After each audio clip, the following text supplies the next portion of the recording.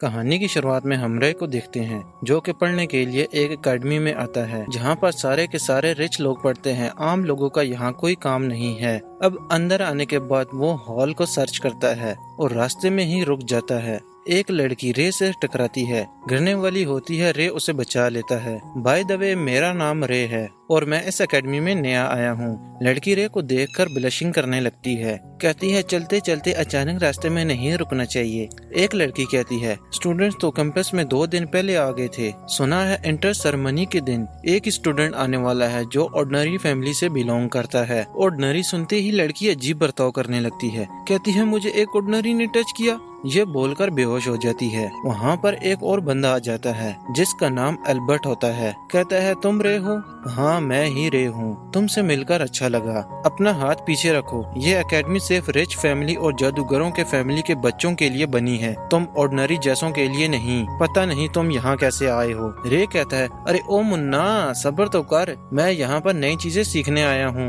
Albert जैसे ही fight का mood में आकर मारने की कोशिश करता है। रे बड़ी आसानी से डॉज कर लेता है। तभी वहाँ पर एक लड़की आ जाती है जो टॉप रिच फैमिली से बिलोंग करती है। इनकी फाइट रोक देती है, जिसका नाम रोज होता है। रोज रे को कहती है तुम ठीक हो ना? रे कहता है मैं ठीक हूँ, तुम्हारा शुक्रिया। हाय मेरा नाम रोज है। रे कहता है तुमसे मिलकर अच्छा लगा। मेरा नाम रे है। रोज कहती है ये बहुत बड़ी बात है, पहली बार कोई ऑर्डिनरी इस एकेडमी में आया है। अगर तुम्हें कोई प्रॉब्लम हो तो मुझे बता सकते हो। फिर हमें इस एकेडमी की प्रिंसिपल दिखाई जाती है जिसका नाम एबी कॉर्नेट होता है, जो बच्चों को बता रही होती है। कहती है आपको एक अच्छा जादूगर बनने के लिए कड़ी मेहनत करनी होगी। फिर रोज खुद को इंट्रोड्यूस करती है। मेरा नाम रोज है, हम सब का एक ही मिशन है, जादूगरी में महारत हासिल करना। फिर सीन क्लासरूम की तरफ दिखाया जाता है जहाँ पर रे खुद को इंट्रोड्यूस करता है। कहता है मेरा नाम रे है और मुझे पता चला है मैं यहाँ पर पहला ऑर्डिनरी हूँ। मैं यहाँ पर जादूगरी में महारत हासिल करने के लिए आया हूँ। काफी सारे बच्चे सोच रहे होते हैं ये ऑर्डिनरी हमारी एकेडमी में कैसे आ गया। टीचर कहती है मेरा नाम ग्रे है, जाके बैठ जाओ। रोज कहती है तुमसे मिलकर अच्छा लगा। दूसरी तरफ एल्बर्ट को बहुत जेलस फील हो रहा था। रे जैसे ही विंडो से बाहर देखता है, बाहर आग लगी होती है। मिस ग्रे को गुस्सा आ जाता है, क्लास के दौरान रे बाहर क्यों देख रहा है। मिस ग्रे चौक फेंककर मारती है पर रे चौक को पकड़ लेता है। अपना अटेंशन क्लास में रखो। मिस ग्रे रोज से पूछती है जादूगरी में कितनी रैंक्स होती हैं। रोज कहती है जादूगरी में 5 रैंक्स होती हैं, ब्रॉन्ज, सिल्वर, गोल्ड, प्लेटिनियम। 5वां रैंक ग्रेन्स का होता है जो सबसे हाईएस्ट रैंक है। मिस ग्रे कहती है इस रैंक पर सिर्फ 7 लोग ही पहुंच सके हैं, लेकिन उनके बारे में बहुत कम लोग जानते हैं। उनमें से एक हमारी प्रिंसिपल एबी कॉर्नेट है जिनके पास फायर कंट्रोल करने की पावर है, और दूसरी कैरोलाइन है जो बहुत ज्यादा फेमस है। तीसरे नंबर पर आइस ब्लेड जादूगर है जो सबसे पावरफुल है। उनके बारे में किसी को नहीं पता वो कहाँ गए। जैसे मैंने पहले भी कहा है आपका मिशन है हाईएस्ट जादूगर बनना। एल्बर्ट कहता है मिस ग्रे हमें ग्रेन्स रैंक अचीव करना है जो सबसे हाईएस्ट रैंक है, तो यहाँ पर एक ऑर्डिनरी क्या कर रहा है। मिस ग्रे को इस बात पर गुस्सा आ जाता है। कहती है रे ने मेडरारी एग्जाम पास किया है, तुम अपना मुँह बंद रखो, वो अपना टैलेंट की वजह से यहाँ आया है। मिस ग्रे सब स्टूडेंट को प्रैक्टिस रूम में ले जाती है। कहती है हम यहाँ पर प्रीमा मटेरियल के बेसिक को कोड और डिकोड करेंगे। मिस ग्रे प्रीमा मटेरियल को कोड करने लगती है जिससे एक फंडामेंटल बन जाता है और फिर उसे डिकोड करना सिखाती हैं। आपको प्रीमा मटेरियल बनाने के टाइम 4 चीजों को माइंड में रखना है, सॉल्ट, लिक्विड, गैस और प्लाज्मा को। अगर आप इसका सही इस्तेमाल करना सीख जाते हैं तो आप जो माइंड में सोचेंगे वो क्रिएट कर पाओगे। सब स्टूडेंट ये सुनकर हैरान हो जाते हैं। एक लड़की की तरफ दिखाया जाता है जो हुडी में होती है। कहती है आपने जब आइस फंडामेंटल को डिकोड करने के लिए एंटी मटेरियल कोड का इस्तेमाल किया था। मिस ग्रे कहती है नहीं मैंने ऐसा कुछ नहीं किया था। सब स्टूडेंट प्रैक्टिस करना शुरू कर देते हैं। रोज पहली बार में ही प्रीमा मटेरियल को कोड करना सीख जाती है और एक फ्लावर बनाती है। सब लड़कियां ये देखकर रोज की तारीफ करने लगती हैं। दूसरी तरफ रे भी ये करने की कोशिश करता है पर उससे नहीं होता।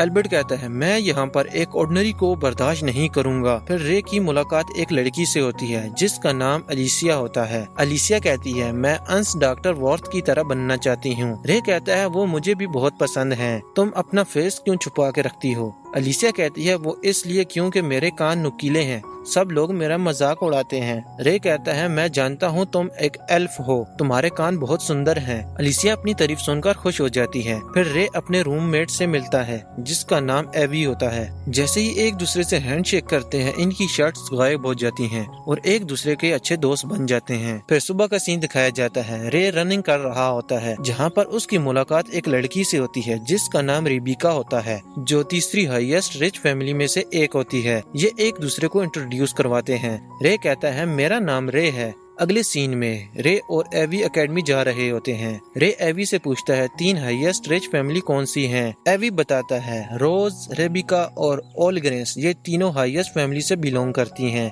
रे और एवी एकेडमी में पहुंच जाते हैं। रे जैसे ही आगे जाने वाला होता है रे की टक्कर एक लड़की से होती है। ये सब तुम्हारी गलती है, देख के नहीं चल सकते। रे कहता है मैंने क्या किया है? लड़की कहती है तुम वही ऑर्डिनरी हो ना? रे कहता है हाँ तुम बहुत खूबसूरत हो। लड़की अपनी तारीफ सुनकर ब्लश करने लगती है।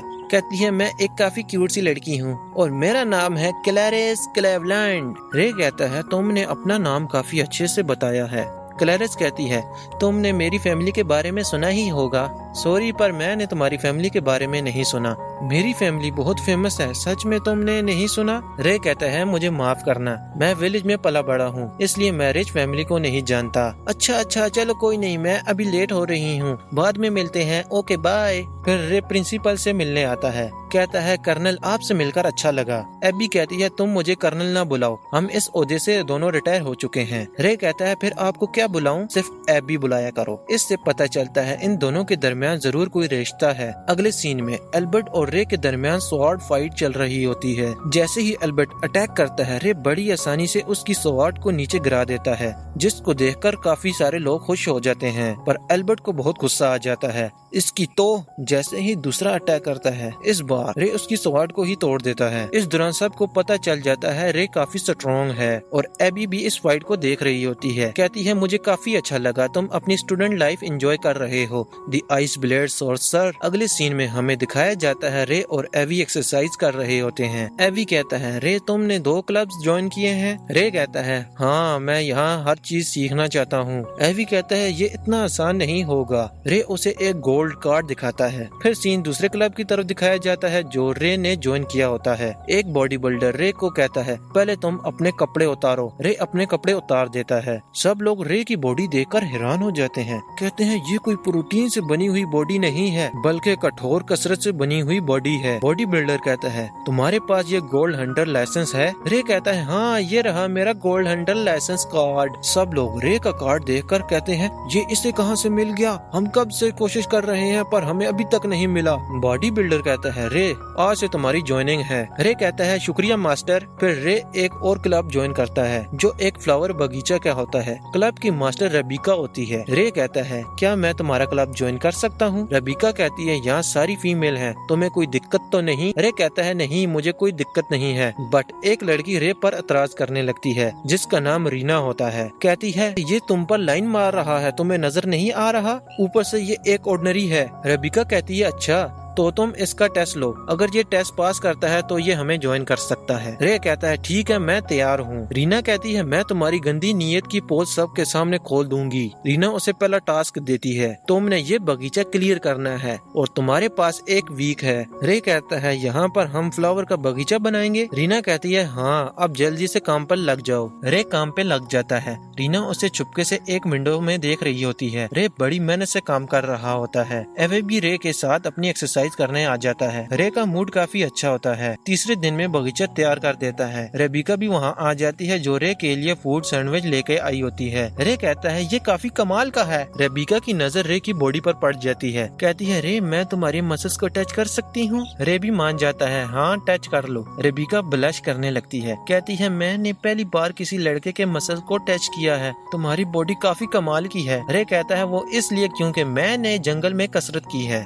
ये सीन कुछ लड़कियां छुपके से देख रही होती हैं। इसने पहले रोज से दोस्ती की और अब रिबिका से। ये ऑर्डिनरी लड़का आखिर करना क्या चाहता है। ये सीन रोज भी छुपके से देख रही होती है। फिर सीन अगले दिन का दिखाया जाता है। रे ने अपना टास्क कंप्लीट कर दिया होता है। रीना भी रे का काम देखकर हैरान हो जाती है। कहती है तुम टेस्ट में पास हो गए। रे कहता है थैंक्स रीना। फिर सीन एबी की तरफ दिखाया जाता है। एबी कहती है हमारी एकेडमी में एक घुसपैठिया इंटर हो गया है, तुम्हें उसका पता लगाना है। और हाँ, याद रहे इस मिशन के बारे में किसी को पता नहीं लगना चाहिए। ग्रे स्टूडेंट को बता रही होती है आज हम कैफका के जंगल में प्रैक्टिस करेंगे। सब लोग 4 मेंबर्स की टीम बना लो। एल्बर्ट की टीम में पहले ही 4 मेंबर होते हैं। बाकी स्टूडेंट रोज को कहते हैं तुम हमारा ग्रुप ज्वाइन करो। एवी रे को कहता है चलो हम अपना ग्रुप बनाते हैं। अब मैं क्या करूँ, सब लोगों को पता है मैं जादू में अच्छा नहीं हूँ। एवी कहता है हम इसमें अपनी बॉडी का इस्तेमाल करेंगे, तुम्हें घबराने की जरूरत नहीं है। रे अपनी टीम में आइसल को इनवाइट करता है पर आइसल मना कर देती है। मैं बहुत कमजोर हूँ, मैं नहीं चाहती मैं तुम्हारी टीम पर बोझ बनूं। रे कहता है हमें तुम्हारी जरूरत है, प्लीज मान जाओ। एवी कहता है आइसल मैं भी साथ हूँ। आइसल मान जाती है। ऊपर से रोज आ जाती है, कहती है क्या मैं भी तुम्हारी टीम ज्वाइन कर सकती हूँ। रे कहता है तुम्हारे लिए हमारी टीम में हर टाइम जगह है। अब रे की टीम कंप्लीट हो जाती है। सब स्टूडेंट बातें करने लगते हैं। रे की टीम तो बहुत पावरफुल बनी है, हमें भी बनानी चाहिए। ये सब देखकर एल्बर्ट की जल रही होती है। फिर सीन काफका के जंगल की तरफ दिखाया जाता है। मिस ग्रे सबको समझा रही होती है ये कोई प्रैक्टिस नहीं है, ये तुम्हारा प्रैक्टिकल है। ये जंगल खतरनाक बीज से भरा हुआ है, अगर किसी ने मदद मांगने की कोशिश की तो 1 साल तक फेल कर दिए जाओगे। हर टीम के पास 24 घंटे हैं। जिस टीम ने ज्यादा स्टैम्प इकट्ठी की वो टीम पास हो जाएगी। टीम्स अपने अपने स्टार्टिंग पॉइंट पर खड़े हो जाते हैं। एवी कहता है रे तुम्हें डर तो नहीं लग रहा। रे कहता है ये मैं पहली बार नहीं कर रहा हूँ, मैंने बताया था ना मैं विलेज में रहता था तो वहाँ पर जंगल और पहाड़ी होते थे। रोज कहती है अब हमें अपना कैप्टन चुनना चाहिए। रे और एवी आगे होंगे, मैं और आइसल पीछे रहेंगे। रे कहता है नहीं, तुम और एवी आगे रहो, मैं और ईसल पीछे रहेंगे। रोज कहती है पर क्यों। रे कहता है वैसे भी ये मेरे लिए पहली बार नहीं है, तुम और एवी आगे रहो। कुछ टाइम बाद ड्रिल स्टार्ट हो जाती है। पहला बीस्ट अलीसिया पर अटैक करता है पर रे बचा लेता है। बीस्ट को एक वार से 2 हिस्सों में काट देता है। रोज हैरान हो जाती है, कहती है रे ने एक वार से बीस्ट को मार दिया। बाकी टीम्स रास्ता भटक जाती हैं, उन्हें समझ ही नहीं आ रही थी उन्हें कहाँ जाना है। रात का सीन दिखाया जाता है।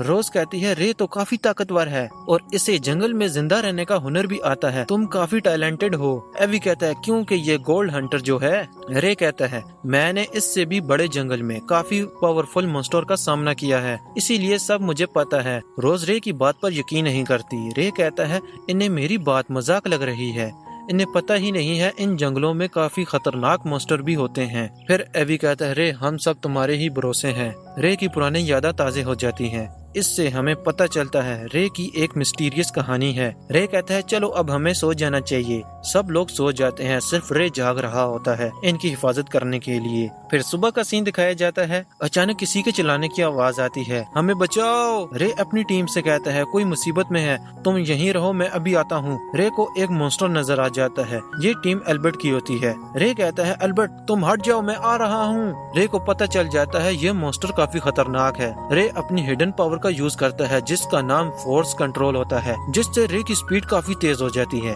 एल्बर्ट रे की स्पीड देखकर हैरान हो जाता है। रे सीधा मॉन्स्टर के सर पर वार करता है, मॉन्स्टर एक ही वार से मर जाता है। रे एल्बर्ट को उठाने के लिए हाथ आगे करता है। एल्बर्ट कहता है मैं कभी किसी ऑर्डिनरी को इस एकेडमी में एक्सेप्ट नहीं करूंगा, वैसे भी मैं उस मॉन्स्टर को मारने वाला था, तुम बीच में आ गए। रे कहते हैं अच्छा ठीक है। रे की टीम भी वहाँ आ जाती है। एल्बर्ट की टीम के मेंबर कहते हैं हमें इस जाल से आजाद करो। रे और अलीसिया उनकी मदद के लिए चले जाते हैं। रोज को रे पर शक पड़ जाता है। रोज कहती है रे क्या तुमने अकेले इस मॉन्स्टर को मारा है। रे कहता है हाँ क्यों क्या हुआ, आखिर तुम हो कौन। इन सब की बातें एक मिस्टीरियस बंदा सुन रहा होता है जो अपनी पावर से मॉन्स्टर को दोबारा जिंदा कर देता है। सब लोग ये देखकर हैरान हो जाते हैं ये दोबारा जिंदा कैसे हो गया। रे मॉन्स्टर पर अटैक करता है लेकिन मॉन्स्टर को कोई फर्क नहीं पड़ता। मॉन्स्टर काफी खतरनाक होता है। रे जैसे ही अपनी हिडन पावर का यूज करने वाला होता है, रोज अपनी फायर मैजिक का इस्तेमाल करने लगती है। एवी और आइसल सब मिलकर मॉन्स्टर पर अटैक करते हैं। इस दौरान रे को वार करने का मौका मिल जाता है।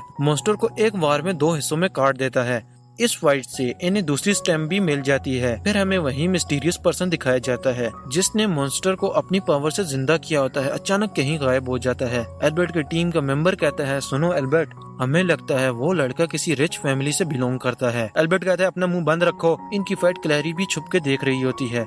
रे की फाइट देखकर क्लैरी इम्प्रेस हो जाती है। फिर सीन एक जगह की तरफ दिखाया जाता है। सब स्टूडेंट एक जगह पर इकट्ठे होते हैं। टीचर बताते हैं, आज का प्रैक्टिकल में सबसे ज्यादा नंबर लेने वाला ग्रुप रोज का है। सब लोग ये सुनकर काफी खुश होते हैं, पर बीच में कुछ ऐसे स्टूडेंट होते हैं जो जेलिस फील करते हैं। अगले सीन में हमें रे की मास्टर दिखाई जाती है जो रे का वेट कर रही होती है। रे भी वहाँ आ जाता है। मास्टर रे से पूछती है, सब ठीक है ना? रे कहता है, क्या मैं अपनी आइस ब्लेड हिडन पावर का यूज कर सकता हूँ? मास्टर कहती है, नहीं, तुम 5 साल तक उस पावर का इस्तेमाल नहीं कर सकते। हाँ, अगर तुम्हें ऐसा लगे इस्तेमाल करना जरूरी है तो उसका फैसला मैं तुम पर छोड़ती हूँ। एक और बात जो मैंने तुम्हें बताने के लिए यहाँ बुलाया है, जादू टोना शहर में काफी बढ़ गया है। रे कहता है, मास्टर ये प्रॉब्लम इतनी बढ़ गई है जो आप टेंशन ले रही हैं? मास्टर कहती है, हाँ, इनग्राम काफी टेंशन देने वाला है। रे कहता है, इनग्राम? मास्टर बताती है, जादू टोना करने वाले सबसे पहले दिमाग पर अटैक करते हैं, इन्हें यूजन एक्स कहते हैं। रे, अगर तुम्हें जादूगर बनना है तो अपने दिमाग पर कंट्रोल करना सीखना होगा।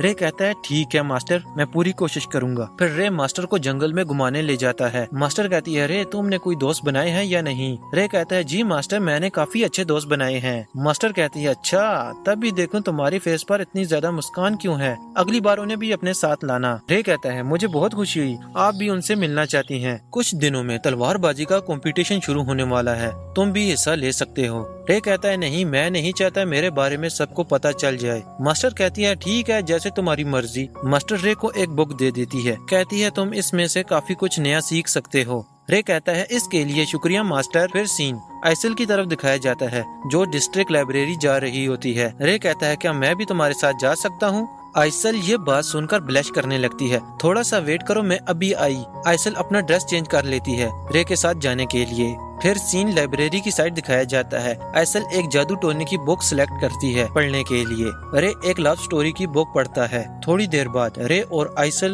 लाइब्रेरी से बाहर आ जाते हैं। कुछ खाने के लिए एक रेस्टोरेंट में जाते हैं। वहाँ पर इनके साथ क्लैरिस भी होती है। रे आइसल और क्लैरिस को एक दूसरे से इंट्रोड्यूस करवाता है। दोनों की बहुत तारीफ करता है। दोनों अपनी तारीफ सुनकर बहुत इम्प्रेस हो जाती हैं। सब खाना स्टार्ट करते हैं। खाना खाने के बाद आइसल और क्लैरिस कहती हैं, दोबारा हम स्कूल में मिलते हैं। जैसे ही आइसल और क्लैरिस जाती हैं, दूसरी तरफ से रोज आ जाती है। फिर ये दोनों एक दूसरे के साथ टाइम स्पेंड करने लगते हैं। रे रोज को बताता है आज उसने दोपहर का खाना क्लैरिस और आइसल के साथ खाया था। रोज रे को चढ़ाते हुए कहती है, अच्छा, तुम्हें तो बहुत मजा आया होगा। रे कहता है, हाँ, सच में बहुत मजा आया। रोज कहती है, तो हम कहीं चलें, अगर तुम बिजी ना हो तो? रे कहता है, ठीक है। रोज रे को एक ड्रेसिंग शॉप में ले जाती है। हर एक ड्रेस चेंज करके दिखाती है। रे रोज की तारीफ पे तारीफ करता जा रहा था। रोज अपनी तारीफ सुनकर ब्लश करने लगती है और काफी इम्प्रेस भी हो जाती है। फिर सीन मिस ग्रे और रे के दरमियान दिखाया जाता है। मिस ग्रे कहती है, रे तुम्हें इस एकेडमी में कोई प्रॉब्लम तो नहीं है ना? रे कहता है, नहीं, ये एकेडमी काफी अच्छी है और बहुत कुछ मुझे नया सीखने को मिल रहा है। ये बात सुनकर मिस ग्रे हैरान हो जाती है। कहती है, अगर तुम्हें कोई और प्रॉब्लम है तो मुझे बता सकते हो। रे कहता है, इसके लिए आपका बहुत बहुत शुक्रिया मिस ग्रे। दूसरी तरफ एल्बर्ट जेलिस की वजह से अकेला जंगल में प्रैक्टिस कर रहा होता है ताकि वो रे को हरा सके, और वहाँ पर एक मिस्टीरियस बंदा भी दिखाया जाता है। नेक्स्ट एपिसोड में ये बंदा जरूर कुछ उल्टा करेगा। इस एपिसोड की शुरुआत रे और रबीका से होती है जो कि एक लाइब्रेरी में होते हैं। रबीका गार्डनिंग क्लब के रिकॉर्ड को चेक करती है। रे कहता है, रबीका तुमने भी इस रिकॉर्ड में लिखा है? रबीका कहती है, मैंने जादुई फ्लावर के बारे में लिखा है। ये प्लांट जादू की मदद से मॉडिफाइड किया है। रे कहता है, सच में ऐसे फ्लावर के साथ किया जा सकता है? रबीका कहती है, हाँ, किया जा सकता है। रे कहता है, ये बुक तो मिस्टीरियस से भरी पड़ी है, क्या तुम मेरी टीचर बनोगी? मुझे और लेसन सीखना है इनके बारे में। रबीका कहती है, हाँ, क्यों नहीं, मैं बहुत स्ट्रिक्ट टीचर बनूंगी। रे कहता है, ठीक है, ये बुक मैं पढ़ने के लिए ले जा सकता हूँ? हाँ, क्यों नहीं। रे कहता है, रबीका तीसरे रिच फैमिली कौन सी है? मैं अभी तक उनसे नहीं मिला। रबीका कहती है, वो ओरियाना अलग्रिंस है, उसका मुकाबला रोज से होने वाला है। ये मैच काफी खतरनाक होगा। रोज की तरफ दिखाया जाता है जो अपनी प्रैक्टिस कर रही होती है। टीचर कहते हैं, रोज तुम्हारा मैच काफी टफ होने वाला है, तुम्हें इस मैच में जी जान लगानी होगी। रोज इस प्रैक्टिस में लड़की को हरा देती है। टीचर से कहती है, क्या मैं रे से मुकाबला कर सकती हूँ? लड़कियां रे के बारे में बुरा भला कहने लगती हैं। उस मुरझाए से रोज क्यों फाइट करना चाहती है? टीचर कहते हैं, रे रे ने इस टूर्नामेंट में हिस्सा ही नहीं लिया। रोज रे को मैच की चुनौती देती है लड़ने के लिए। रे कहता है मैं तैयार हूँ। इन दोनों के दरमियान मैच फिक्स कर दिया जाता है। पहला वार रोज करती है। इनके दरमियान बहुत दासू फाइट होने लगती है। रे कहता है ये काफी तेज है। रोज कहती है तुम काफी रस्मई हो, जादू में कमजोर हो पर तलवार चलाने जानते हो। मैंने तुम्हें इसलिए चुना जो तुमने काफका के जंगल में कमाल दिखाया है। मैंने सोचा मैं एक बार जरूर तुमसे फाइट करना चाहूंगी। रे कहता है ओ अच्छा चलो ठीक है, साथ में प्रैक्टिस करते हैं। लड़कियां रोज की तारीफ करने लगती हैं। तुम काफी स्ट्रॉन्ग हो। रे रोज को एक बच्चे की तरह ट्रीट कर रहा था। इन्हें इस बात का एहसास ही नहीं था, पर रोज को पता था रे काफी स्ट्रॉन्ग है। रे को मैच के दौरान पुरानी यादें आने लगती है, पर अचानक रे अपना कंट्रोल खो देता है। रोज पर वार करने वाला होता है, खुद को कंट्रोल कर लेता है, पर इस दौरान रोज को रे पर कंफर्म डाउट हो जाता है। रे कोई आम बंदा नहीं है। टीचर कहते हैं इस मैच की विनर रोज है। एल्बर्ट की बहुत जड़ रही होती है। रोज उसके इतने क्लोज क्यों होती जा रही है। अगले सीन में सब एक साथ बैठकर बातें कर रहे होते हैं। रे तलवारबाजी में कमाल का है, आखिर तुमने ये सब सीखा कहाँ से है। रे कहता है मेरी एक मास्टर है, उन्होंने मुझे तलवार चलाना नहीं सिखाया बल्कि जादू करना भी सिखाया है। उनसे सीखने के लिए काफी हिम्मत चाहिए। एवी कहता है अच्छा वो इतनी टफ हैं? हाँ ये सब तो मेरे लिए कुछ न करने के बराबर है। वहाँ से कुछ लड़कियाँ गुजर रही होती हैं। कहती है हमने समझा ये काफका के जंगल में रोज की मदद से जीत पाए हैं, पर हमें गलत फहमी थी, ये उस ऑर्डिनरी की वजह से जीते हैं। तभी वहाँ पर एल्बर्ट आ जाता है जो रे को तलवारबाजी का चैलेंज करता है। रे भी चैलेंज को एक्सेप्ट कर लेता है। अब एल्बर्ट और रे फाइट के लिए तैयार हो जाते हैं। रोज जादू से एक शील्ड बनाती है ताकि इनकी फाइट की आवाज बाहर न जा सके। माहौल बहुत गर्म होने लगता है। एवी कहता है अगर हालात खराब हुए तो मैं बीच में आ जाऊंगा। रे एल्बर्ट से रूल के बारे में पूछता है। एल्बर्ट कहता है तुम इस तलवार का इस्तेमाल करो। एल्बर्ट का दिमाग खराब हो गया होता है, वो रियल तलवार से मैच करना चाहता है। कहता है तुम जादू का भी इस्तेमाल कर सकते हो। एल्बर्ट की टीम भी हैरान हो जाती है, उन्हें पता ही नहीं था एल्बर्ट कुछ ऐसा करने वाला है। एल्बर्ट कहता है इस मैच का कोई रूल नहीं है, आज जो अपने पैरों पर खड़ा नहीं रह सकेगा वो जीत पाएगा। रे पागलों की तरह अटैक करने लगता है। रे कहता है इसके अंदर इतना जोश कहाँ से आ रहा है। तभी हमें वही मिस्टीरियस बंदा दिखाया जाता है। एल्बर्ट कहता है अगर मैंने जादू का इस्तेमाल किया तो किसी सूरत तुम मुझसे जीत नहीं पाओगे। तभी हमें एल्बर्ट के बारे में बताया जाता है, वो एलियम खानदान से है। एलियम खानदान बिल्कुल गरीब होने की कगार पर पहुंच गया है, जिससे हर दिन एल्बर्ट के डैड की बेइज्जती होती थी। तभी एल्बर्ट डिसाइड करता है वो एक ताकतवर जादूगर बनेगा ताकि अपने खानदान का नाम रोशन कर सके। तभी वो मिस्टीरियस बंदा एल्बर्ट को कंट्रोल करने लगता है। मारो रे को। एल्बर्ट पागलों की तरह रे पर फायर बॉल से अटैक करने लगता है। रे बड़ी आराम से इसका फायर बॉल को डॉज करता है, एक फायर बॉल को बड़े एटीट्यूड से काट देता है। एल्बर्ट ये देखकर हैरान हो जाता है। रे कहता है चलो आओ मैं तुम्हें बताता हूँ ये दुनिया कितनी बड़ी है। एल्बर्ट कहता है तुम जरूर किसी रिच फैमिली से हो। रे कहता है हाँ मैं एक ऑर्डिनरी फैमिली में पैदा हुआ हूँ, पर मुझे तलवार चलाना और जादू करना भी आता है। एल्बर्ट एक बहुत बड़ा फायर बॉल तैयार करने लगता है। एल्बर्ट की टीम कहती है ये कुछ ज्यादा ही हो रहा है। तभी फायर बॉल एक ड्रैगन का रूप ले लेता है, पर रे उसे बिना कोई पावर यूज किए आराम से दो हिस्सों में काट देता है। ये सीन देखकर सबका मुंह खुला का खुला रह जाता है। आखिरकार एल्बर्ट अपनी हार एक्सेप्ट कर लेता है, अपनी हार को लेकर रोने लगता है। माहौल बिल्कुल साइलेंट हो जाता है। रे अपनी टीम के पास जाने लगता है। रोज कहती है तुम्हें बताना ही होगा तुम हो कौन। तभी अचानक दोबारा माहौल चेंज होता है। सब पर काफी ज्यादा ग्रेविटी का प्रेशर पड़ने लगता है। ये ग्रेविटी रे का कुछ नहीं बिगाड़ पा रही थी, पर रे के दोस्तों की हालत खराब हो गई होती है। तभी वहाँ पर मिस्टीरियस बंदा खुद आ जाता है। जैसे ही फेस से निकाब हटाता है तो ये मिस ग्रे होती है। रे मिस ग्रे को देखकर हैरान हो जाता है। ग्रे कहती है अब खेल में मजा आएगा। रे वाइट रोज कुछ बोलने वाली होती है। रे कहता है मैं सब कुछ बाद में बता दूंगा, तब तक वेट करो। रे फाइट के लिए तैयार हो जाता है। मिस ग्रे को भी इस बात का पता नहीं होता रे ही दी आइस ब्लेड सोर्सर है। अब कहानी काफी इंटरेस्टेड होगी। जब मिस ग्रे को पता चलेगा रे ही आइस ब्लेड सोर्सर है तो उस टाइम मिस ग्रे का फेस का रिएक्शन देखने का होगा। ग्रे कहती है तुम कोई आम पर्सन तो नहीं हो। रे कहता है तुम भी कोई आम पर्सन नहीं हो, तुम यूजन एक्स ग्रुप से हो, तुम ही बच्चों के दिमाग को कंट्रोल करती हो। ग्रे कहती है हाँ तुमने ठीक कहा, मैं तेज दिमाग वालों को पसंद ही नहीं करती और अब तुम्हारी बारी है। रे कहता है तुम एल्बर्ट को भी इस्तेमाल कर रही थी। ग्रे कहती है वो तुम्हें यहाँ लाने के लिए एक चारा था। ग्रेविटी का प्रेशर काफी ज्यादा कर देती है। ग्रे कहती है अब मैं इन सारों का दिमाग यूजन एक्स लेकर जाऊंगी, वहाँ पर मेरा ओहदा जरूर इस बार बढ़ जाएगा। रे कहता है अब तैयार हो जाओ, मैं तुम्हें इसकी सजा दूंगा। ग्रे रे से दूर हो जाती है। कहती है तुम क्लोज कमबैक में काफी अच्छे हो, लेकिन तुम मेरे नजदीक नहीं आ पाओगे। एक अटैक करती है जिसका नाम फायर स्पिन होता है। रे फायर स्पिन से भागने लगता है। ग्रे अटैक की डायरेक्शन रे की टीम की तरफ कर देती है। रे कहता है अब मुझे अपनी पावर का यूज ही करना होगा। टॉरेंस लॉक रिलीज एक झटके में ग्रे का अटैक को डिस्ट्रॉय कर देता है। रे अपने ओरिजिनल फॉर्म में आ जाता है, कहता है मास्टर मुझे इसके लिए माफ कर देना। रे अपना हाथ हवा में उठाता है, कहता है आई स्किल ब्लेड, काफी सारी तलवारें बन जाती हैं। ग्रे की ये देखकर हवा निकल जाती है, कहती है ये नहीं हो सकता, आइस ब्लेड जादूगर तो फॉरेस्ट में ही गायब हो गया था। रे कहता है हाँ ये बात सच है, पर उस लड़के को एक खास मकसद के लिए आगे बढ़ा दिया गया था। ग्रे ये सुनकर पागल हो जाती है, एक फायर बॉल अटैक करती है। रे उसे एक तलवार से डिस्ट्रॉय कर देता है। ये देखकर ग्रे का मुंह खुल जाता है। फिर अपना एक सीक्रेट अटैक करती है जिसका नाम क्रेजिटिकल क्रिएटो होता है। तुम बेशक एक बहुत बड़े जादूगर हो, पर इस अटैक को तुम भी नहीं रोक सकते। रे अपना एंटी मटेरियल कोड को एक्टिव करता है, एक झटके में अटैक को गायब कर देता है। ये देखकर ग्रे की बुरी हालत हो जाती है। रे कहता है अब मैं आपको बताता हूँ आइस ब्लेड की असली ताकत। ग्रे ये सुनकर भागने लगती है। रे कहता है एम लॉक ग्रे के पाँव को जख्मी कर देता है। क्या तुम सच में एक आइस ब्लेड जादूगर हो? हाँ मैं ही हूँ आइस ब्लेड जादूगर। ग्रे कहती है अच्छा रुको, तुम मुझे यहाँ से जाने दो, यूजन एक्स तुम्हें अपना हेड बना लेगा। लेकिन ये भी ग्रे की एक चाल होती है,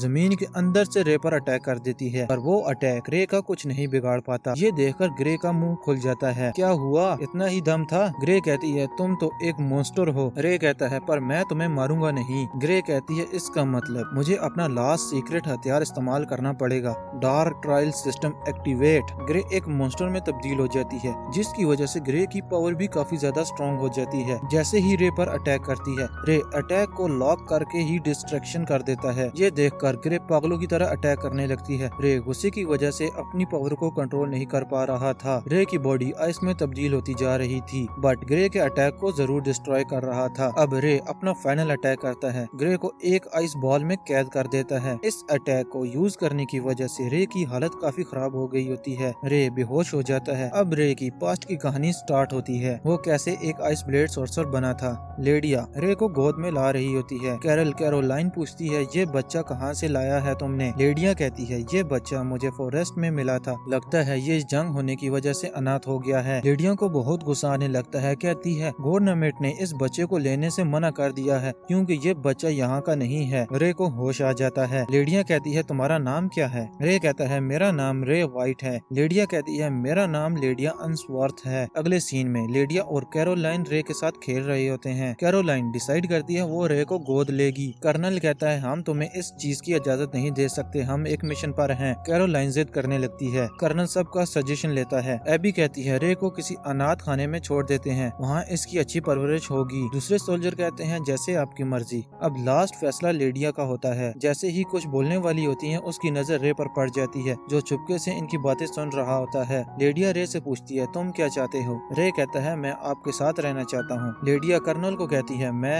रे की जिम्मेदारी उठाती हूँ, ये हमारे साथ रहेगा। कर्नल कहता है ठीक है, तब तक ये तुम्हारे साथ होगा जब तक तुम्हारी ड्यूटी पर इसका कोई इफेक्ट ना हो। लेडिया कहती है ठीक है, अब तुम हमारे साथ रहोगे। अरे आज से मैं तुम्हारी मास्टर हूँ, जो कुछ मुझे आता है वो सब मैं तुम्हें सिखाऊंगी। रे भी लेडिया को मास्टर एक्सेप्ट कर लेता है। फिर हमें दिखाया जाता है रे बड़ा हो गया है। रे अपनी पावर से कुछ लोगों को बचाता है। ये सब एक जंग के मैदान में होते हैं। लेडिया कहती है इस जगह की हालत इतनी बद से बदतर हो गई है, यहाँ पर अगर कोई जादूगर होता वो भी अपना कंट्रोल खो सकता है। फिर हमें कर्नल की साइड दिखाया जाता है, जो कहता है अनकरीब एक बहुत बड़ी वार होने वाली है, हमें तैयार रहना होगा। रे को कहता है तुम अपने घर लौट जाओ, अभी तुम छोटे हो। रे कहता है आप सब मेरी फैमिली है, मैं आपको अकेला नहीं छोड़ के जा सकता। एक सोल्जर कहता है ठीक है रे, अगर हालात खराब हुए तो मैं तुम्हारी हिफाजत करूंगा, जिसका नाम हाउवर्ड होता है। अगले सीन में दिखाया जाता है हाउवर्ड एक जंग के मैदान में होता है, जो मरने की कगार पर होता है। रे ये सब देखकर अपनी पावर का कंट्रोल खो देता है। लेडिया कहती है रुक जाओ रे। रे को प्रेजेंट में होश आ जाता है, जो अपनी मास्टर लेडिया के पास होता है। लेडिया कहती है अगर वो तुमने यूज कर ही दिया। रे कहता है प्लीज मुझे माफ कर दें। लेडिया कहती है तुमने ठीक किया, अगर मैं भी होती तो यही करती। अब तुम अपना ख्याल रखो और मुझसे मिलने आते रहना। ये बोलकर वहाँ से चली जाती हैं। कार्लो कहती है रे वो तुम्हें लेकर काफी परेशान थी, अब तुम्हें अपना ख्याल रखना होगा। एबी रे को बताती है मैं तुम्हारा एडमिशन कभी भी इस एकेडमी में नहीं करती। रे कहता है वो क्यों एबी? एबी कहती है मैं नहीं चाहती एक ऐसा बच्चा जो एक जंग के मैदान में बड़ा हुआ है, उसने काफी सारा खून खराबा देखा है, वो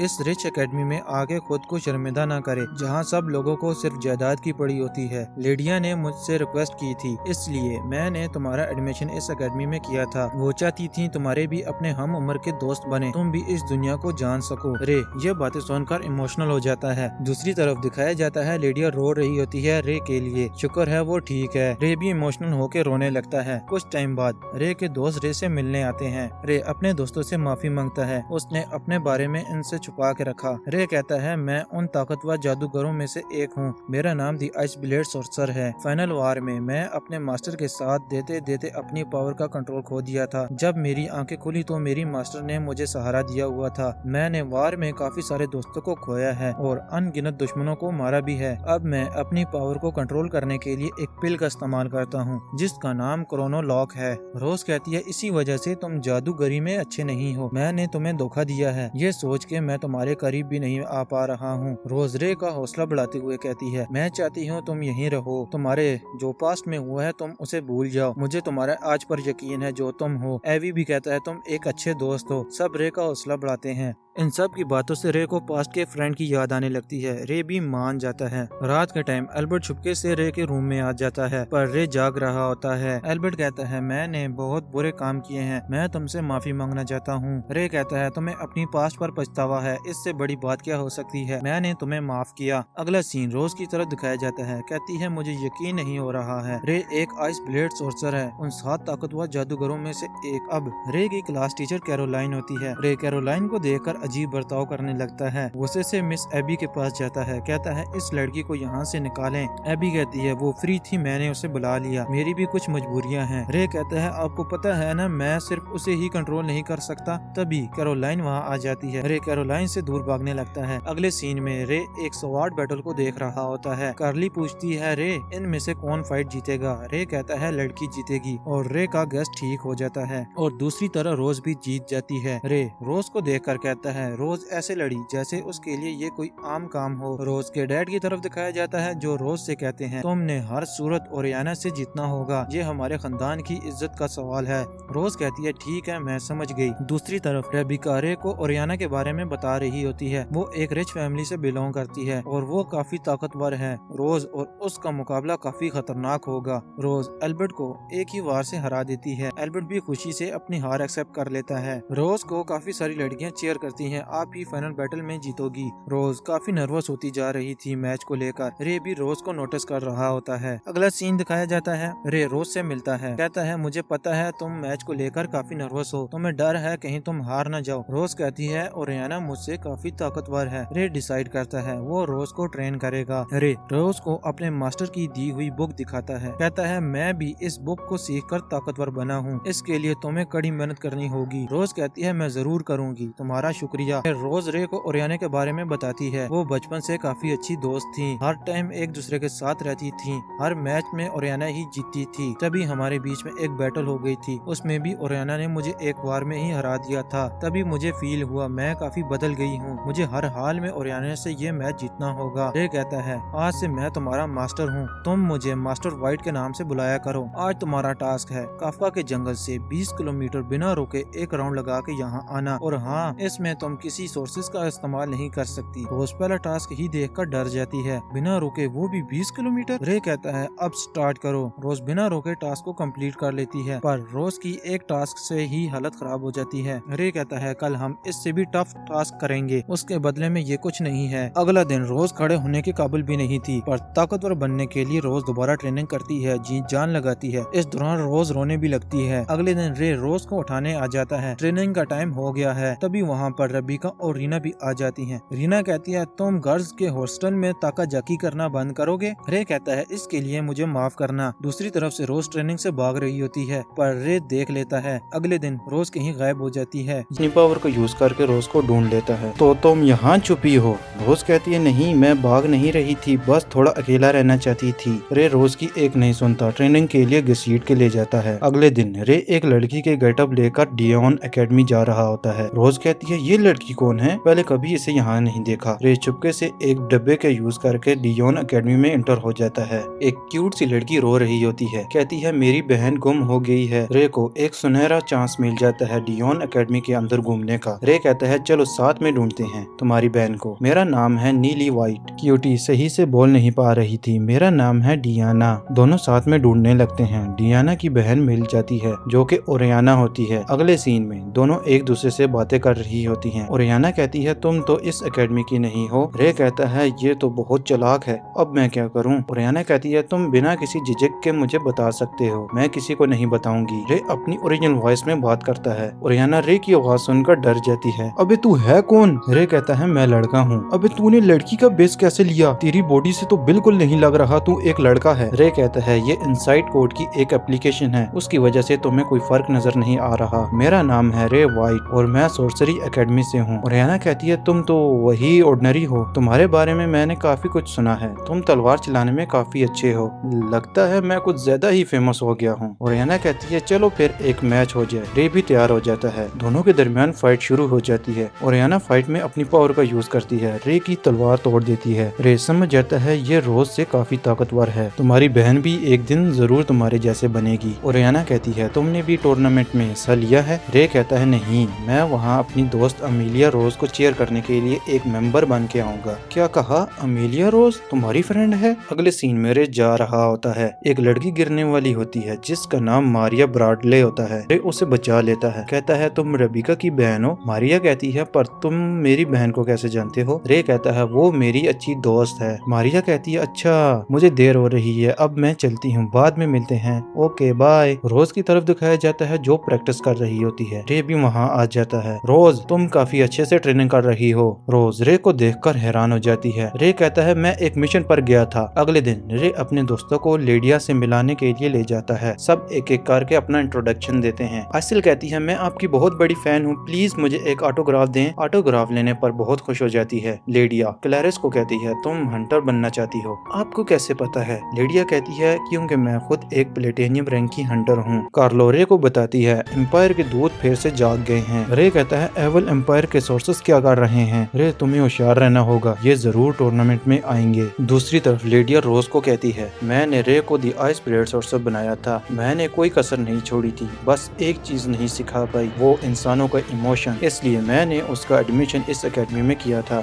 मैं चाहती हूँ तुम सब उसके अच्छे दोस्त बन के रहो, हर बात एक दूसरे से शेयर करो। अगले सीन में रे और एवी एक्सरसाइज कर रहे होते हैं। रोज ताकतवर बनने के लिए जी जान से मेहनत कर रही होती है। रे कहता है अब तुम्हारा फाइनल टास्क की बारी है, अगर तुमने ये पास कर लिया तो मैं तुम्हें ये रेंजर का बैच दूंगा। रोज ये बात सुनकर डर जाती है। फिक्र न करो, मैं अपनी फुल पावर का यूज नहीं करूंगा। अगले सीन में टूर्नामेंट शुरू हो जाता है। टूर्नामेंट की हेड मिस एबी होती है। ओरियाना रोज से मिलती है, कहती है तुम काफी बदल गई हो, फाइनल में मिलते हैं। बाकी सब रोज को चीयर करने के लिए आए होते हैं। मिस एबी कंपटीशन को स्टार्ट करती है। पहला मैच शाहिन जेरे और रोज के दरमियान होता है। एबी रूल के बारे में बताती है, जिस ओपोनेंट ने पहले किसी को रिंग से बाहर कर दिया या फिर जिसने दूसरे प्लेयर का फ्लावर गिरा दिया तो वो जीत जाएगा। पहला अटैक शाहिन जेरे करता है। रोज अटैक को डॉज कर लेती है। एक वार में शाहिन के फ्लावर को तोड़ देती है, जिससे रोज ये मैच जीत जाती है। दूसरा मैच एल्बर्ट और ओरियाना के बीच में होता है। एल्बर्ट ओरियाना को काफी अच्छी से टक्कर दे रहा था। बीच में ओरियाना अपनी मैजिक का इस्तेमाल कर देती है, एल्बर्ट को जमीन पर पटक देती है। एल्बर्ट कहता है मैं हार नहीं मानूंगा, एक ताकतवर अटैक करता है। ओरियाना की तलवार हाथ से छूट जाती है। ओरियाना को गुस्सा आ जाता है, पावर को एक्टिवेट कर लेती है, अपने हाथों से एल्बर्ट की तलवार को तोड़ देती है।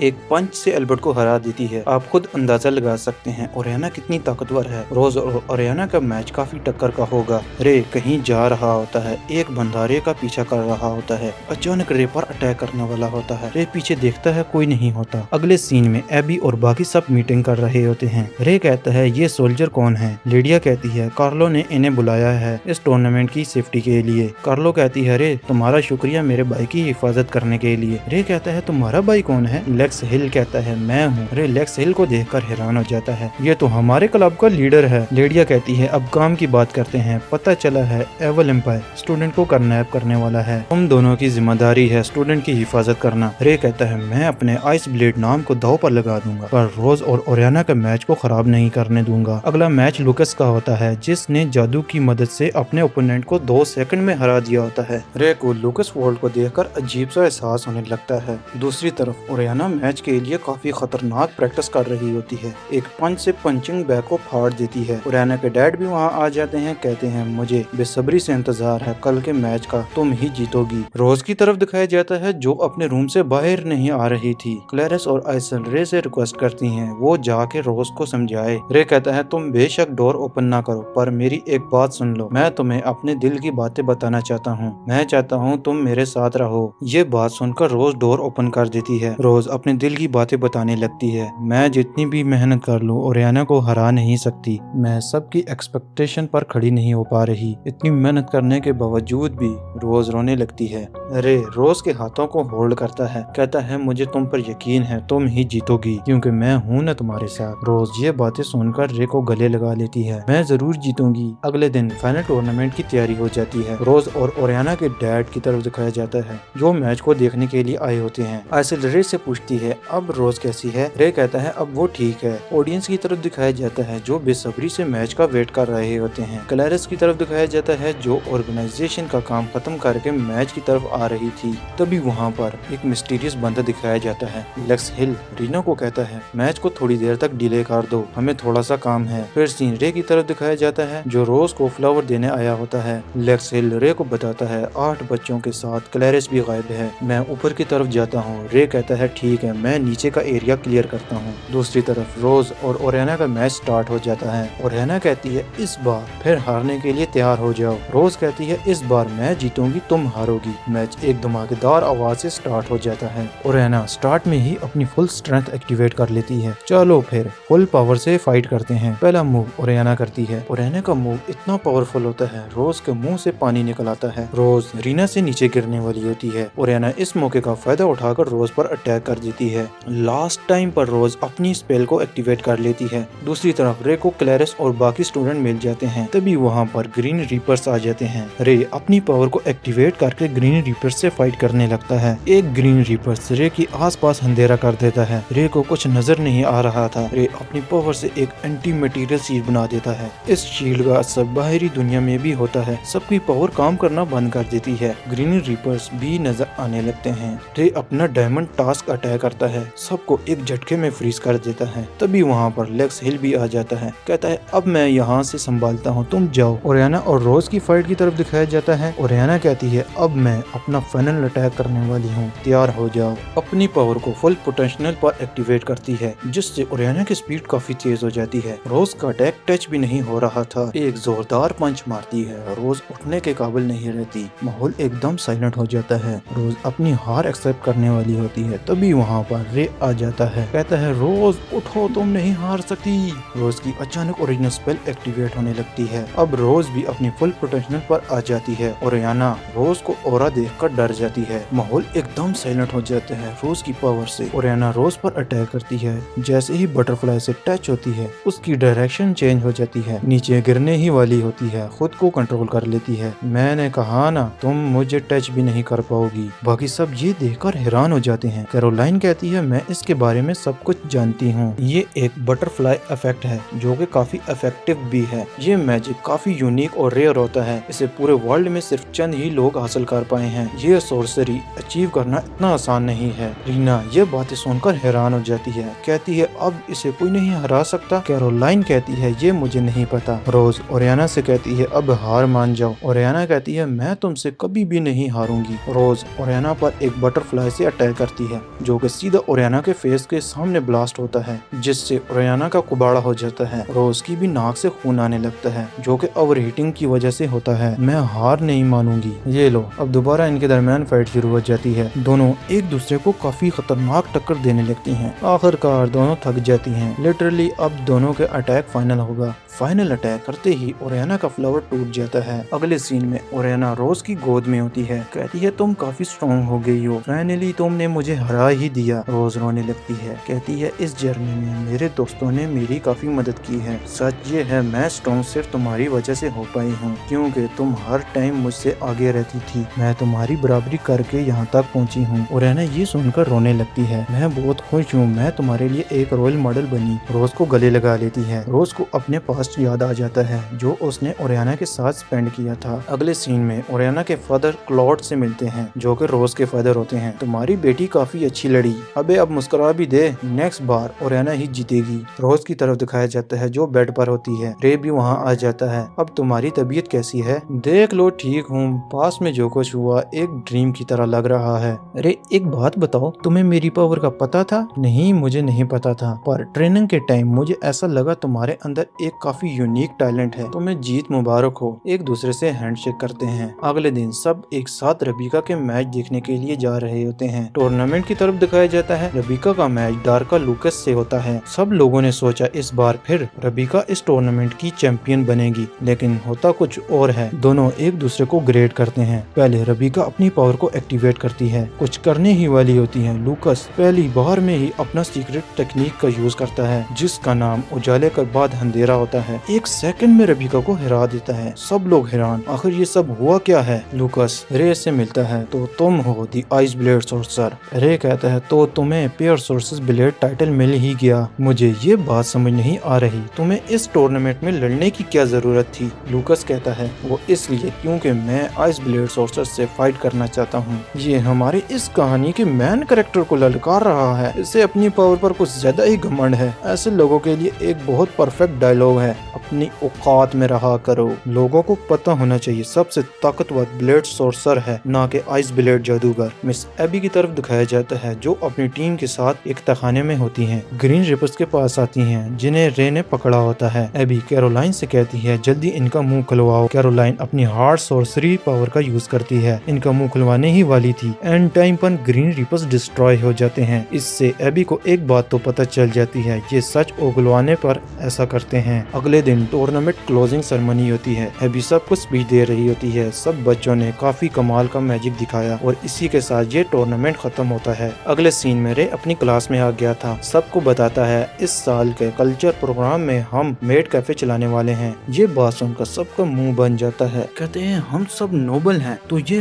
हम काम क्यों करें? फिर हमें एक फ्लैशबैक दिखाया जाता है। रोज ने ही रे से कहा था तुम्हें ही सबको मनाना है मेड कैफे के लिए। वो सारा कुछ इसलिए कह रही होती है क्योंकि मेड की आउटफिट काफी अच्छी होती है। रे कहता है हाँ सच में वो काफी सुंदर होती हैं। यहाँ रे सबको मेड कैफे के फायदे गिनवा रहा होता है। सभी मेड कैफे के फायदे सुनकर खुशी से मान जाते हैं। रोज भी काफी खुश होती है। सब बच्चे मेड कैफे के लिए मान गए। तभी वहाँ रीना आ जाती है। रबीका उसे क्या हुआ? उसकी एंगेजमेंट हो गई है। ये लोग भी ये बात सुनकर हैरान हो जाते हैं। फिर हमें रबीका को दिखाया जाता है जो कि एक अनजान बंदे के साथ होती है। शायद यही इसका फियांसे है। एक फ्लैशबैक दिखाया जाता है जहाँ पर रबीका के डैड ने रबीका के फियांसे के साथ एक कॉन्ट्रैक्ट किया था। कॉन्ट्रैक्ट के बारे में हमें बाद में बताया जाएगा। दूसरी तरफ यूजन एक्स के ग्रुप का एक डीमन इंसान की सारी ऊर्जा को सोख लेता है जिसका नाम ड्रोटन होता है। फिर यूजन एक्स का लीडर दिखाया जाता है। कहता है मुझे रबीका का वेसल जल्द से जल्द लेना होगा। उसे पाके मैं काफी ताकतवर हो जाऊंगा। पहले यूजन एक्स रे के पीछे था, अब रबीका के पीछे है। अब आगे देखते हैं रे इनका क्या हाल करेगा। रबीका की तरफ दिखाया जाता है जिसकी आंखों से खून आ रहा था। अगले दिन रे और बाकी स्टूडेंट मेड कैफे की डेकोरेशन कर रहे होते हैं। एल्बर्ट कहता है रे तुम्हारी बात करने का अंदाज सीधा दिल में लगता है। रे कहता है सच में? एवी कहता है जब तुम यहाँ पहली बार आई तो मैं तुम्हारी बात करने के अंदाज से कायल हो गया था। अच्छा थैंक्स, मैंने आइसल को भी मेड कैफे के लिए मना लिया है। ये बात सुनकर सब स्टूडेंट खुश हो जाते हैं। अगले सीन में रे मेड कैफे को फाइल करने के लिए रीना को मेड कैफे के फायदे गिनवा रहा होता है। रीना कहती है पता नहीं तुमने नोबल फैमिली के बच्चों को इस काम के लिए कैसे मना लिया। रीना बाकी स्टूडेंट काउंसिल के बच्चे कहाँ हैं? तुम्हारी नजर काफी तेज है। रबीका हमें अब रे को बता देना चाहिए, अब से बाकी स्टूडेंट नहीं आएंगे। रे कहता है क्यों नहीं आएंगे, क्या हुआ है? रीना कहती है स्टूडेंट काउंसिल की सेक्रेटरी कोर्निया की एंगेजमेंट पहले ईमान से होने वाली थी, ना कि रबीका से। रे कहता है ईमान स्टाइन कौन है? रबीका कहती है वो मेरा फियांसे है, मैंने कोर्निया के फियांसे को चुरा लिया है। बाकी स्टूडेंट कोर्निया के साथ हैं, इसीलिए वो मीटिंग को बायोकॉट कर रहे हैं। स्टूडेंट काउंसिल का काम करने के लिए मैं और डीना ही बचे हैं। रे कहता है अब मैं समझ गया, तुम मुझे अपनी हेल्प करने की इजाजत दो। रीना रबीका को कहती है ये ठीक कह रहा है, ये साथ हुआ तो हम जल्दी से काम खत्म कर लेंगे। रबीका भी मान जाती है। अगले सीन में रे वहाँ से जाने लगता है। रीना रे का पीछा करते हुए आती है। कहती है मुझे बताना तो नहीं चाहिए लेकिन तुम ही हो जो उसकी मदद कर सकते हो। मुझे रबीका की एंगेजमेंट में कुछ गड़बड़ लग रही है। रे कहता है तुम कहना क्या चाहती हो?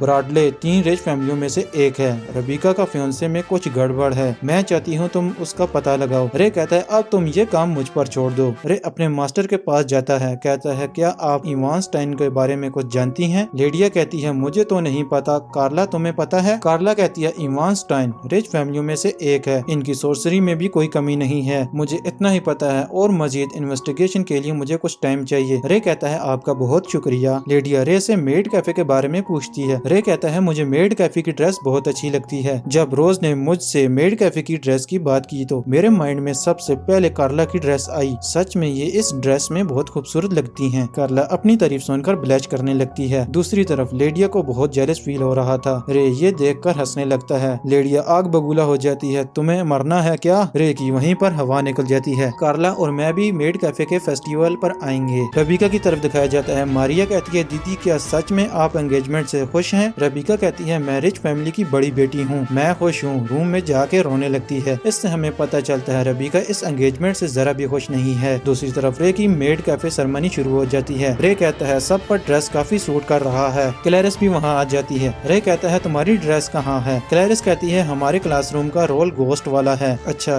वैसे ये सूट भी तुम पर काफी अच्छा लग रहा है। ये बात सुनकर रोज जेलस फील कर रही होती है। रे को मारने लगती है। रे कहता है रोज क्या कर रही हो, मुझे लग रही है। अब मैं तुम्हें क्या कहूँ रे। फिर शाम का टाइम हो जाता है। रबीका घर जा रही होती है। रे कहता है मैं तुम्हें घर तक छोड़ देता हूँ। रास्ते में जा ही रहे थे तभी इवानस्टाइन वहाँ आ जाता है। कहता है तुम मेरी फियांसे को घर छोड़ने जा रहे थे? रे कहता है हाँ मेरा नाम रे वाइट है और मैं हूँ इवानस्टाइन। दोनों एक दूसरे को हैंडशेक करते हैं। इवानस्टाइन कहता है अब तुम्हें तकलीफ करने की जरूरत नहीं है, मैं इसे घर तक छोड़ दूंगा। रे कहता है ठीक है अब मैं चलता हूँ। रबीका कहती है तुम्हारा बहुत शुक्रिया रे। इवानस्टाइन कहता है अब चलो रबीका। रे को ईमान पर शक होने लगता है। तभी वहाँ लेक्स हिल भी आ जाता है। अगले सीन में ये दोनों लेडिया की मीटिंग में होते हैं। कार्ला कहती है बारनस्टाइन में कोई इंसान नहीं रहता, इनका कोई सर्वेंट और घर का मेंबर नहीं है। कैरोलाइन कहती है अब मुझे कुछ न कुछ समझ आ रहा है। लेडिया कहती है इसका मतलब उसे रबीका की सोर्सरी आई चाहिए। कार्ला कहती है वो यूजन एक्स का सोर्सरी आई कलेक्टर हो सकता है, ये जरूर उनकी मदद कर रहा है। यूजन एक्स के ग्रुप की तरफ दिखाया जाता है। ट्रोटोन कहता है मास्टर आप वापस आ गए। तभी यूजन एक्स का लीडर अपना फेस रिवील करता है।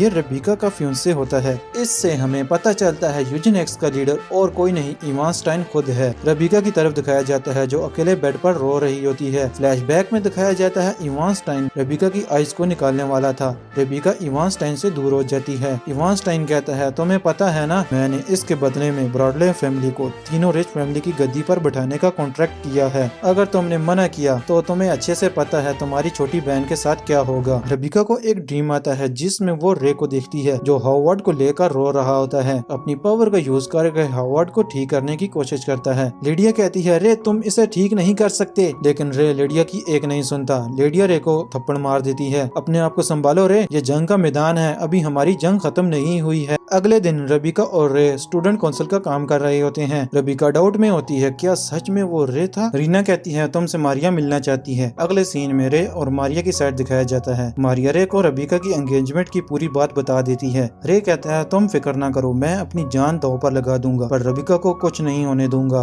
रात का टाइम दिखाया जाता है। रे सो रहा होता है। रे को एक ड्रीम आता है जिसमें रे की पूरी टीम हॉवर्ड को लेकर काफी दुखी थे। तभी वहाँ रबीका भी आती है। रे से कहती है आखिर तुम हो कौन, मुझे अपने बारे में सब कुछ बताओ। रे को कुछ समझ ही नहीं आ रहा था वो रबीका से क्या कहे। तभी प्रेजेंट में रे की आंखें खुल जाती हैं, आंखों से खून निकलने लगता है। सुबह होते ही रे सबसे पहले रबीका के पास जाता है। रबीका कहती है मेड कैफे का फेस्टिवल भी शुरू होने वाला है और जैसे ही कहती है रे तुम फॉरेस्ट में क्या कर रहे थे, आगे से कुछ बोलने ही वाली होती है, खुद को कंट्रोल कर लेती है। रे कहता है मुझे इस फेस्टिवल का बेसब्री से इंतजार है। अगले दिन कल्चर फेस्टिवल शुरू हो जाता है। सब बहुत खुश थे। ओरियाना भी अपनी छोटी बहन के साथ फेस्टिवल में आती है। रोज ओरियाना को काफी अच्छे से ट्रीट करती है। ओरियाना कहती है रे नजर नहीं आ रहा है। अरे ये तो फिर से लड़की बन गया। रे मेड कैफे के आउटफिट में काफी खूबसूरत लग रहा होता है। सब स्टूडेंट रे पर फिदा हो जाते हैं। दूसरी तरफ रे को देखकर ओरियाना का बुरा हाल हो जाता है और गोस्ट फेस्टिवल भी शुरू हो जाता है। क्लैरिस दो स्टूडेंट को बहुत बुरी तरह डराती है, मैं तुम्हें खा जाऊंगी। स्टूडेंट की हवा निकल जाती है, वहाँ से भाग जाते हैं। एबी की तरफ दिखाया जाता है जो एकेडमी को गार्ड कर रही होती है। रे मारिया को स्वीट बहुत अच्छे से प्रोवाइड करता है। मारिया तो रे पर फिदा हो जाती है। रे कहता है अब इस पर मैजिक करने की बारी है। रे मैजिक करना स्टार्ट करता है। रे बहुत खूबसूरत लग रहा था। जैसे ही मैजिक कंप्लीट होता है रे की खूबसूरती देखकर सब स्टूडेंट की नाक से खून निकलने लगता है। मारिया कहती है ये कुछ ज्यादा ही हो गया। अल्बर्ट कहता है अगर एक प्रोफेशनल हो तो वो इस तरह अपना काम करता है। ओरियाना का तो फ्यूज ही उड़ा हुआ हुआ था। कुछ टाइम बाद रे अपने ओरिजिनल रूप में रबीका के साथ होता है। दोनों एक साथ टाइम स्पेंड करने लगते हैं। रबीका भी रे पर लट्टू हो जाती है। अबे यार, मेरा दिमाग भी खराब हो गया है। आखिर इस कहानी में हमारा मेन कैरेक्टर करना क्या चाहता है। अब गोस्ट फेस्टिवल में इंटर होते हैं। क्लैरिस इन्हें डराती है। रे आगे से कहता है,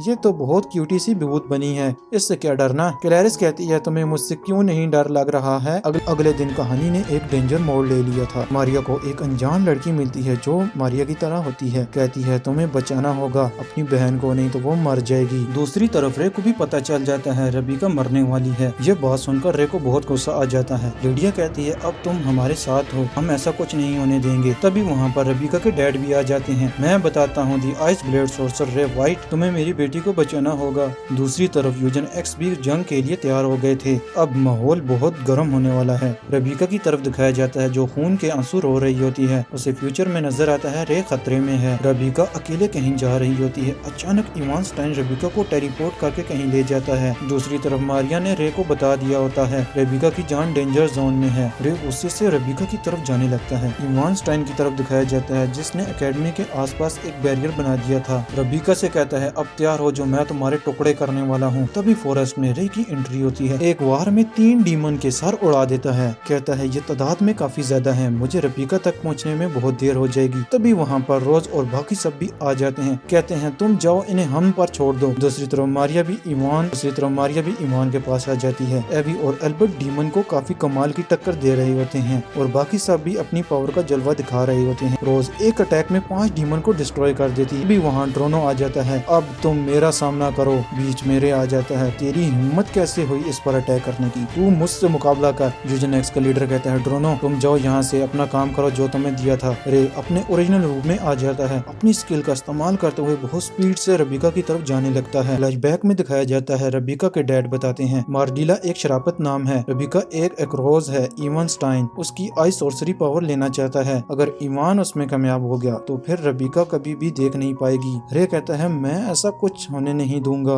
मारिया की तरफ दिखाया जाता है जो रबीका के पास होती है। तभी वहाँ पर ड्रोटॉन और यूजन एक्स का लीडर आ जाता है। इवान यूजन एक्स के लीडर से कहता है, काफी टाइम हो गया है तुमसे मिले, मैं हूँ इवान स्टाइन। क्यों लीसा, ये तो डबल रोल का माजरा है। मारिया कहती है, ये तो वही लड़की है। इवान अलीसिया पर अटैक कर देता है। यहाँ पर हमें पता चलता है इवान लीसा का लवर होता है। कहता है, जब तुम आसपास होती हो तो मेरा दिमाग काम करना बंद कर देता है। तो आप खुद अंदाजा लगा लें ये लीसा पर कितना पागल है। इससे अच्छा मैं तुमसे छुटकारा पा लूं। तुम ब्रांस्टान को पिछले 10 सालों से प्रोटेक्ट कर रही हो ना, ताकि मैं नाराज हो जाऊं। लीसा को बातों पर लगा के रबीका पर अटैक कर देता है। लीसा इवान के अटैक को डिस्ट्रॉय कर देती है। मैं तुम्हें इसे टच भी नहीं करने दूंगी। अपनी पावर से रबीका को दूर कर देती है। इवान स्टाइन को एक जाल में फंसा देती है। मारिया से कहती है, इसका मतलब अब तुमने मन बना लिया है। लगता है मारिया और अलीसिया के दरमियान किसी बात पर कॉन्ट्रैक्ट हुआ है। इसके बारे में जानने के लिए वीडियो को आखिर तक बने रहें। तभी वहाँ रे की एक धमाकेदार एंट्री होती है, बट लीसा को पहले ही पता चल जाता है रे आ चुका है। मारिया अब यहाँ से रे को संभालने दो। अचानक ड्रोटॉन रे पर अटैक कर देता है, बट रे को टच भी नहीं कर सका क्योंकि लीसा ने रे के आसपास एक बैरियर बनाया होता है। लीसा कहती है, जरा अपना मुंह बंद रखो, मुझे रे से बात करनी है। इस लड़की ने तो आते ही अपनी पावर का जलवा दिखा दिया है। रे कहता है, तुम कौन हो? लीसा कहती है, तुम मुझे फेडरेशन की जादूगर कह सकते हो। अजीब बात है, रे इसे नहीं जानता पर लीसा रे को जानती है। लीसा कहती है, लिडिया को मेरे बारे में पता है। रबीका की सेफ्टी के लिए मैं किसी भी मेथड का इस्तेमाल करने के लिए तैयार हूँ, क्योंकि मेरा कॉन्ट्रैक्ट हुआ था ब्राडले फैमिली से। मैं इसे ओवरहीट करूंगी, तुम क्रोनो लॉक की मदद से इसे सील कर देना। रे कहता है, तुम्हें पता है ना इससे तुम्हें कितना बड़ा नुकसान होगा। लीसा कहती है, मेरे पास इसके अलावा और कोई ऑप्शन नहीं है, तब तक तुम इस बंदर को संभालो। रे अपनी पावर को अनलॉक करता है। Chrono lock release. दोनों के दरमियान फाइट शुरू हो जाती है। अलीसा ईमान की तरफ चली जाती है। ईमान कहता है, अलीसा अब मुझे कुछ और नहीं चाहिए, बस अब मैं तुम्हें अपने हाथों से मारूंगा। ये लो जी, यहाँ किस काम के लिए आया था। अब ये दोनों आपस में उलझ गए हैं। ईमान कहता है, डार्क ट्रायल सिस्टम एक्टिवेट, एक मॉन्स्टर में तब्दील हो जाता है। अलीसा कहती है, इस ट्रांसफॉर्म के बारे में मुझे सब पता है। ईमान अटैक कर देता है पर अलीसा एक झटके में अपनी पावर को एक्टिवेट करती है, जिससे ईमान हिल भी नहीं पा रहा था। प्राइमरी मटेरियल को कोड और डिकोड करने लगती है, जिससे ईमान पर बहुत भारी प्रेशर पड़ने लगता है। इस अटैक का नाम फेनोमा होता है। अब तुम्हारा खेल खत्म। एक झटके में ईमान को हरा देती है। अलीसा ने ईमान को इस तरह हैंडल किया जैसे इसके लिए ये कोई आम इंसान हो। गाइस आप कमेंट में बताओ, अगर अलीसा और रे के दरमियान फाइट हो जाए तो कौन जीतेगा? ईमान अपनी लड़खड़ाती आवाज में कहता है, क्या तुम उन 7 वर्ल्ड स्ट्रॉन्गेस्ट जादूगरों से भी ज्यादा ताकतवर ताकतवर हो? एलिसा कहती है नहीं, इवान सबसे ज्यादा strongest the ice blade sorcerer है, रे व्हाइट सबसे पावरफुल है। ये समझ लो वो एक डिफरेंट डायमेंशन में है। दूसरी तरफ ड्रोटोन रे पर काफी भारी पड़ रहा होता है तो उसकी साइड दिखाया जाता है जिन्होंने अपना एरिया क्लियर कर दिया होता है, सब कुछ हो रहे थे। तभी सारे डीमन दोबारा हुज साइज में जिंदा हो जाते हैं। रोज कहती है अब हमें यहाँ से भागना होगा। तभी वहाँ पर 4 वर्ल्ड स्ट्रॉन्गेस्ट की एंट्री होती है। कहते हैं अब इन्हें हम पर छोड़ दो, अब तुम हमारा जलवा देखो। पहला अटैक कार्लो करती है जिसका नाम लाइटनिंग स्लैश होता है, झटके में डीमन का सफाया कर देती है। दूसरा अटैक एबी करती है। अब उसे भी तो अपना स्टूडेंट के सामने जलवा दिखाना था क्योंकि वो अपनी अकेडमी की प्रिंसिपल जो है अपनी तलवार से एक बहुत खतरनाक अटैक करती है जिसका नाम टेररिस्ट अटैको होता है। बहुत सारे ड्रैगन एक साथ डीमन पर हमला कर देते हैं। एबी कहता है क्या मैं ड्रीम तो नहीं देख रहा? अगली बारी कैरोलाइन की होती है, अपनी पावर को एक्टिवेट करती है। कहती है अब दी एंड। कहते ही एक झटके में डीमन का पर्दा बना देती है। सबसे खतरनाक अटैक लेडिया करती है, एक बहुत बड़ी आइस ब्लेड बनाती है, सीधा रेग्नार्क पर अटैक करती है। अटैक इतना खौफनाक होता है। कैरोलाइन कहती है तुम बहुत बेरहम हो। लिसिया रोने लगती है। क्लैरिस कहती है तुम रो क्यों रही हो? लिसिया कहती है अनसवर्थ की सॉर्सरी लाइव देखना हर किसी को नसीब नहीं होता। रे की तरफ दिखाया जाता है जिसकी बहुत बुरी हालत हो गई थी। ड्रोटोन अपनी फुल पीक पर पावर को एक्टिवेट कर लेता है। रे कहता है आओ लड़ो मुझसे। रे को डायलॉग महंगा पड़ जाता है। ड्रोटोन रे को एक धोबी के कपड़े की तरह रगड़ने लगता है। ये देखकर मारिया रेबिका से गुस्सा होने लगती है, इसकी वजह सिर्फ तुम हो। ड्रोटोन रे की ऊर्जा को निगलने ही वाला होते हैं। रे अपनी सीक्रेट पावर को अनलॉक करता है जिससे रे के ब्लेड का कलर रेड हो जाता है। ड्रोटोन जैसे ही रे को टच करता है ड्रोटोन की वो जगह फ्रीज हो जाती है। आखिरकार ड्रोटोन का काम तो खत्म हो जाता है पर रे का भी काम नजदीक था। अपनी पावर को दोबारा लॉक कर देता है। अब रे उठने के काबिल भी नहीं रहता। दूसरी तरफ मारिया और रेबिका आपस में लड़ने लगती हैं। ये सब तुम्हारी वजह से हुआ है। पहला चांटा मारिया मारती है, दूसरा चांटा रेबिका मारती है। इतने में रेबिका ओवरहीट होने लगती है। रे भी किसी तरह खुद को संभालते हुए खड़ा होता है। एलिसा भी ईमान को लेकर वहाँ आ जाती है। रे कहता है ये तुम्हारे लिए बहुत कीमती था। एलिसा कहती है मुझे नहीं पता, एक डीमन के बहकावे में आके ये गुमराह हो गया। एलिसा रोने लगती है। इससे हमें पता चलता है एलिसा की भी ईमान के लिए फीलिंग थी। रोज और बाकी स्टूडेंट भी वहाँ आ जाते हैं जैसे आगे जाने वाले होते हैं। लिडिया कहती है तुम सब पीछे रहो, रेबिका ओवरहीट होने वाली है। रे रेबिका के पास आ जाता है। मारिया तुम बाहर जाओ, वेट करो। लेकिन मारिया वहाँ से नहीं जाती। रे अपनी पावर का यूज करके बहुत आसानी से रेबिका की ओवरहीटिंग को क्रोन लॉ के जरिए सील कर देता है। लेक्सिल रेबिका के डैड को बताता है द आइस ब्लेड सोर्सर ने आपकी दोनों बेटियों को बचा लिया है। रेबिका का डैड कहता है तुम मेरा शुक्रिया उस तक पहुँचा दो। रेबिका की तरफ दिखाया जाता है जो बिल्कुल ठीक होती है। रे का वेट कर रही होती है। तभी वहाँ रोज आ जाती है। कहती है तुम रे को पाना चाहती हो तो मैं तुम्हारी ओपोनेंट हूँ, रे मेरे साथ रहेगा। ये दोनों एक डील करती हैं, जो हम दोनों में से जीतेगा रे उसका होगा। लो जी इनकी बातें खत्म नहीं हुई। लिसा और क्लैरिस भी कहती हैं इस कंपटीशन में हम भी हैं। रे भी आ जाता है। अरे तुम सब एक साथ यहाँ हो। सुबह का सीन दिखाया जाता है। रे कहता है मुझे यकीन नहीं हो रहा है, मैं एक भटका सा इंसान था, तब मुझे मेरी मास्टर ने रास्ता दिखाया। आज मैं एक स्टूडेंट बन गया हूँ और मेरे पास बहुत सारे फ्रेंड भी हैं। लो जी एक ओरियाना रह गई थी। रे को कहती है तुम मेरे साथ मैजिक स्वॉर्ड में इंटर करो। रे भी हैरान हो जाता है मैजिक स्वॉर्ड। इस कहानी का यहीं पर दी एंड होता है। ऐसी ही मजीद एडवेंचर एनिमी आपको इस चैनल पर देखने को मिलेगी। अगर वीडियो अच्छी लगी है तो वीडियो को लाइक और शेयर जरूर करें। अभी तक चैनल को सब्सक्राइब नहीं किया तो वेट किस चीज का कर रहे हो, जल्दी से चैनल को सब्सक्राइब करो ताकि नेक्स्ट वीडियो का नोटिफिकेशन आपको सबसे पहले मिल सके। मिलते हैं आपसे नेक्स्ट वीडियो में।